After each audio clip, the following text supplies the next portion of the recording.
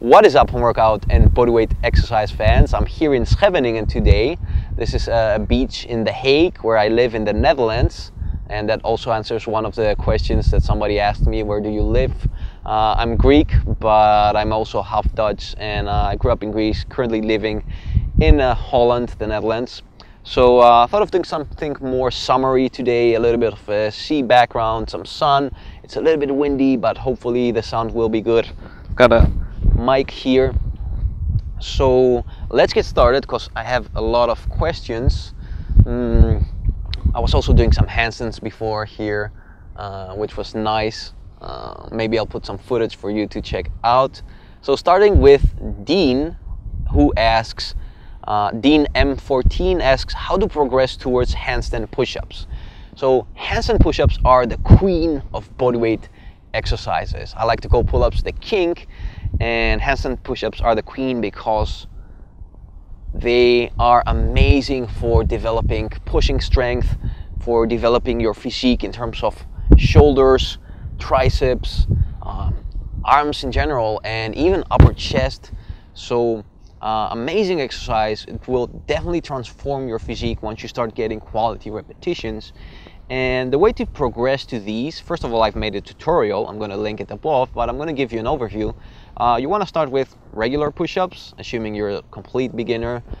Get strong with those. Move on to pike push-ups. And once you can get 3 sets of quality, 12 to 15 quality reps with pike push-ups, start doing elevated pike push-ups. So put your feet on something, I would say of about a meter of height. And start doing pike push-ups like that. Then progress on the wall. Make sure you can do regular handstands on a wall, so you don't end up crushing on the floor. So if you can do for about 15 to 20 seconds regular handstands, then you can move on to negative repetitions. So just going slowly downwards, have a cushion for your head, and start getting negative repetitions, and slowly start getting small range of motion handstand push-ups. Now these took me 5 months when I got started. It took me 5 months to get 5 quality reps, because remember, I was weak as hell when I started. So it takes patience, but it's definitely time well invested. Make sure you're using good form. Make sure you're not causing you're not overdoing it, because it's easy to injure your shoulders in the beginning. So take it easy, take it gradually, and give it time, and it will come. Moving to the next question. This is from Paulo, who asks, I'm currently in the basic level of your book, All You Need Is a Pull-Up Bar. My repetitions on all exercises are going up, but in the chin-up, they're not. So what can I do? So I'm going to give you 2 tips. Number 1 is rep flow. I've made a video about this, and it's basically the fact that when you're doing those last repetitions, and the rep is getting slow and slow and slow until you stopped and you quit, what you should do there is to focus on keeping that momentum. So when the repetition gets really slow, just keep on pulling, even if it's very, very slow. Keep on pulling, and you'll see that you'll get that extra rep. Because what happens is, once your repetition gets really slow, your mind will just tell you to quit, because you can't go anymore. So if you override that, basically setting your mind has to quit the rep once it gets really slow, and you just keep on focusing, I'm gonna keep on pulling even if it's super slow. I'm gonna keep on moving. If you focus really hard on that, you'll see that you'll get that extra repetition. So that's one tip. Check out the video. I'm going to link it above. And also check out the other video I've made on how to break rep plateaus, called grinding. So basically, our bodies have a lot more strength than we think they have. The reason we can't tap into that strength is because we are not making the exercise we're doing, for example, you're not making it really serious in your head. You have to make that last repetition a matter of life or death.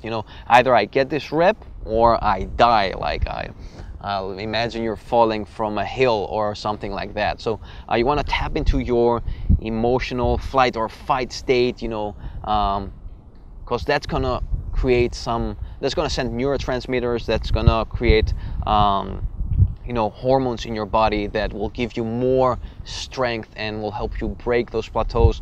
So you want to tap into those emotions, you know, that get you like really pumped, and give it your all, because a lot of people quit really easy with the repetitions.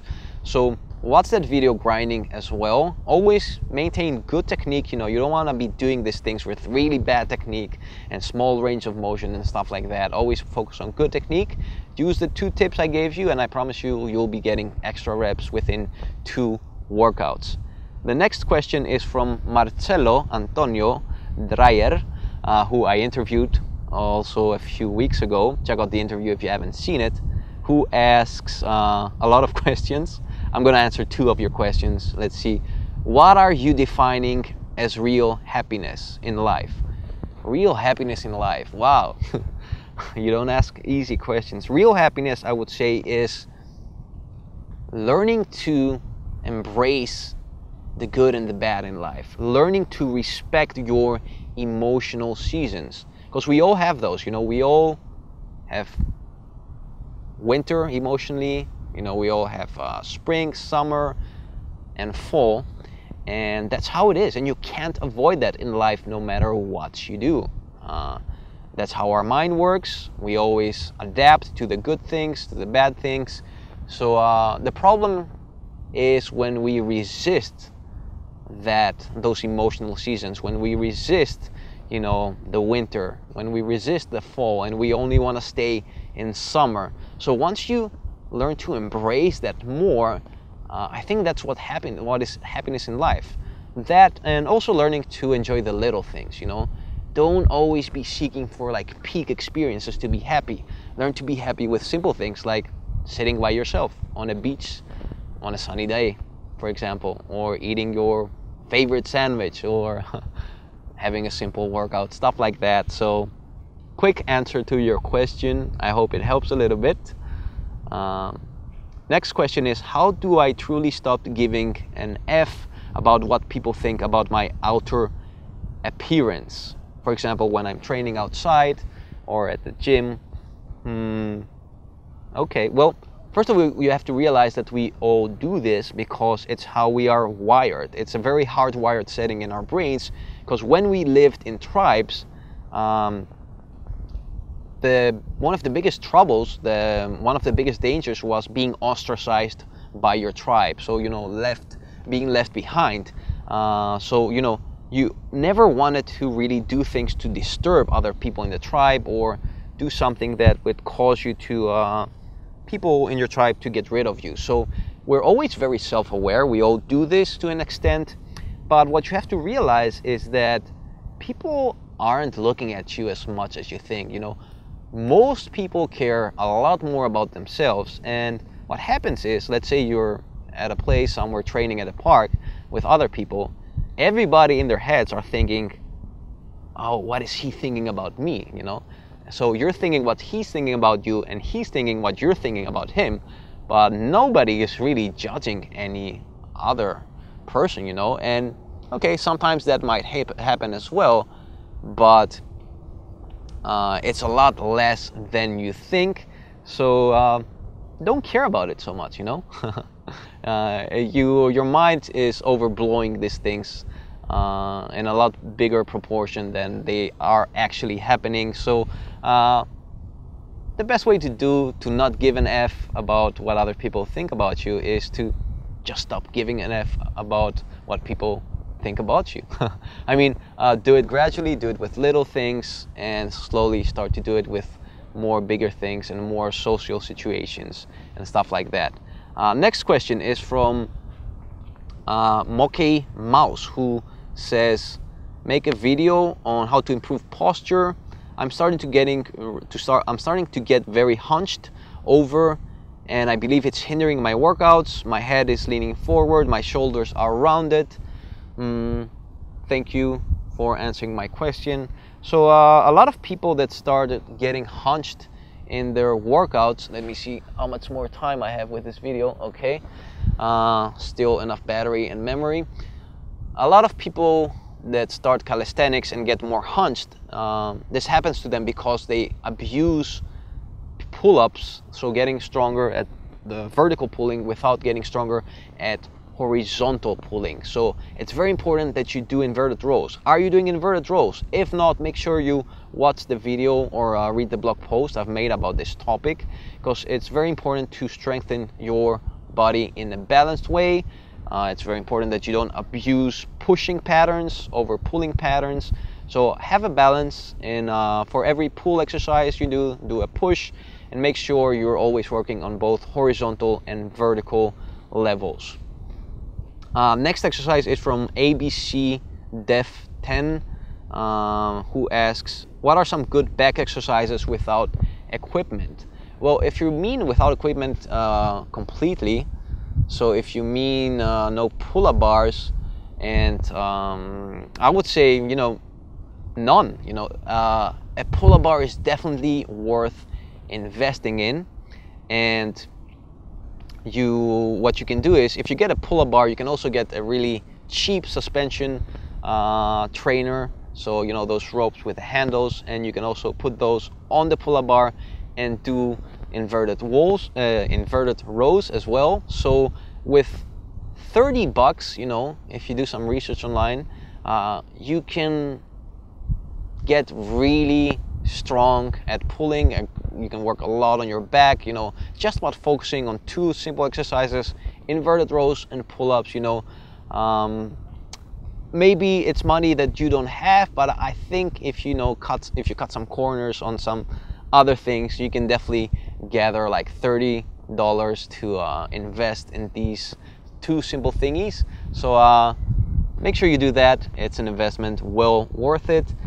Next question is from Steven Merva, who asks, can you tell us what you do for work? Do you like it? And what is your dream job? Well, what I do for work is homemade muscle. And maybe it doesn't look like a lot. Maybe it looks like a few YouTube videos now and then, but it's actually a lot of work. I work about 6 days a week, and on average 10 to 12 hours a day. So it's pretty hardcore, because I'm doing everything.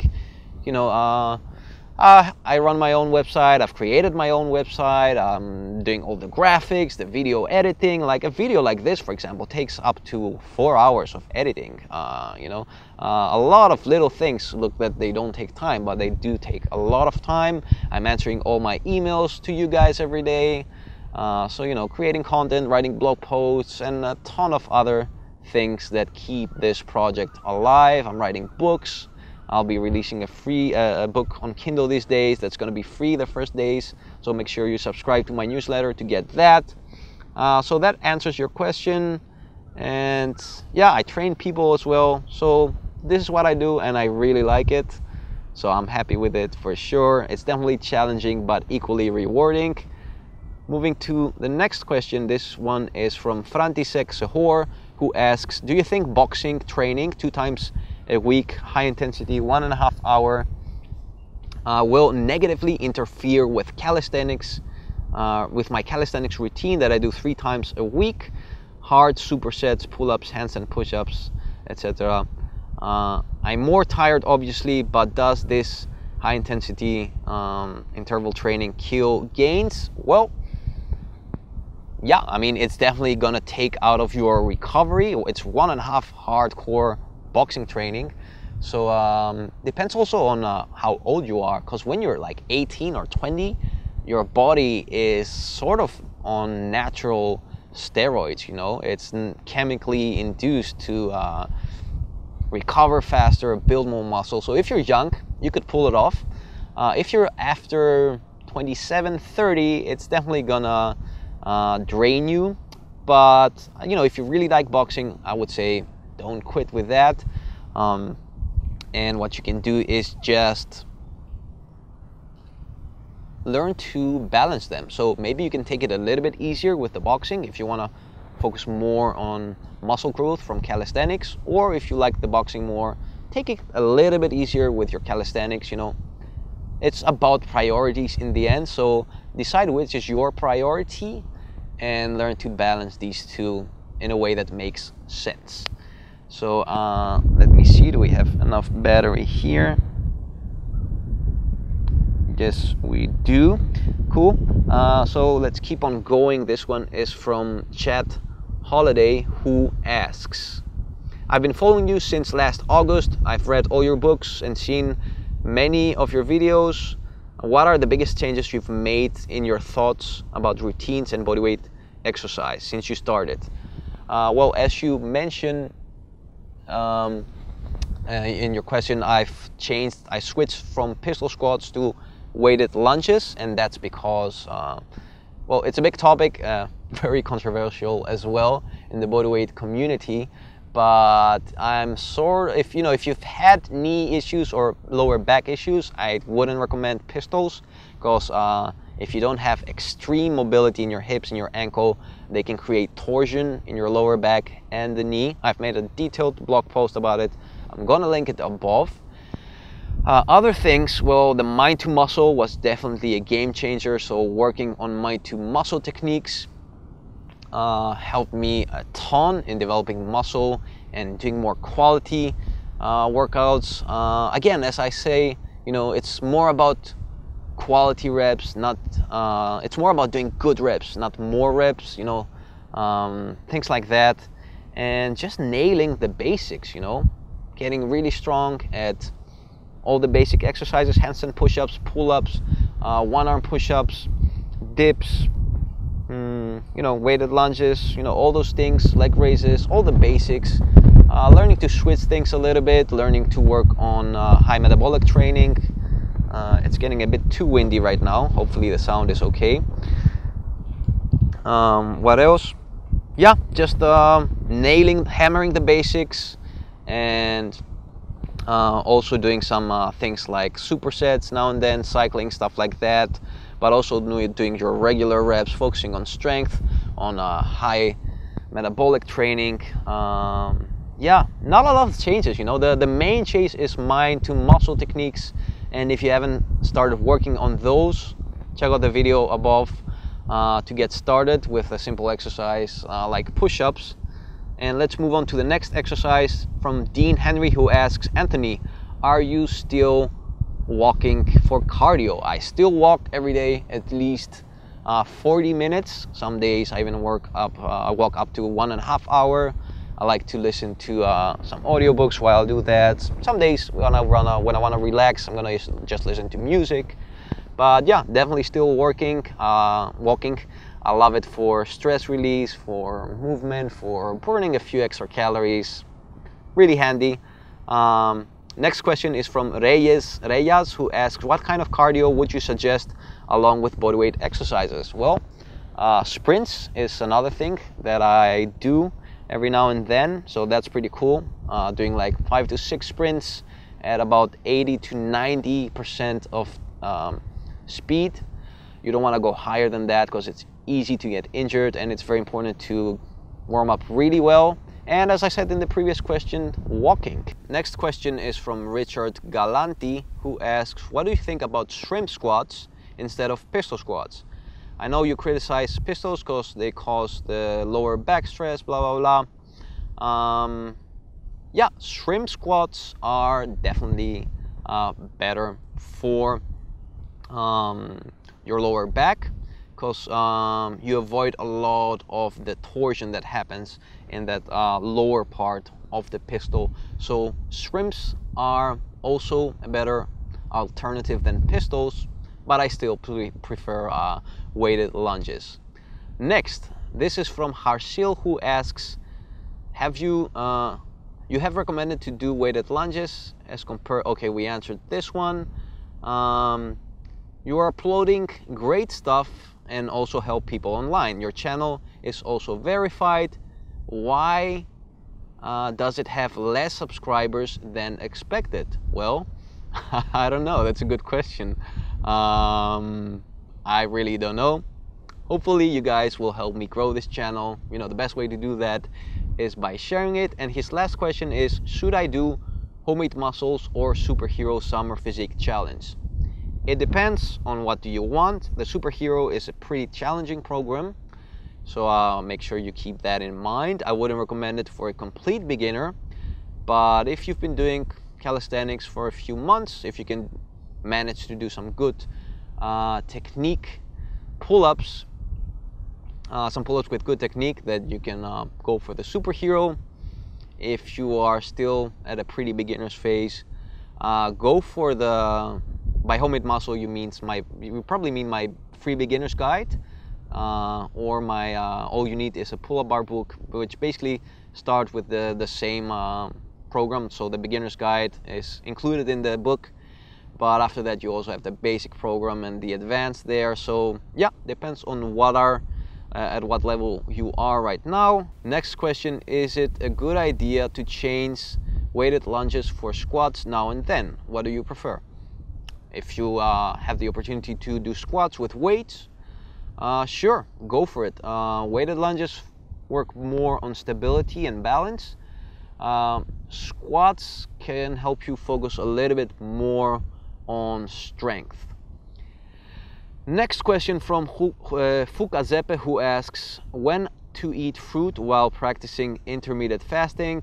Is it good to eat after a huge meal? If not, when should I eat fruits, considering I have 3 meals per day from 12 to 8? So it's getting a bit cold here. Let me wear my jacket. Eating fruits. I like to eat fruits as a snack. So, you know, they're easy to carry around. I actually have an apple here in my bag. And so, you know, I don't like to eat them in meals unless they're like in salads. So now and then I'll make a fruity salad with some veggies and, you know, maybe some apple or whatever the case might be. I also like to eat them as snacks with nuts. So I would say combine them with some nuts in the middle of the day when you want a simple snack. That's how I prefer to eat fruits. Okay, so next question again from Fukazepe is, what are your best advices on women? Okay, good one. Well, tricky one as well. Let's see, I'm gonna give you a few tips. Number one is learning to have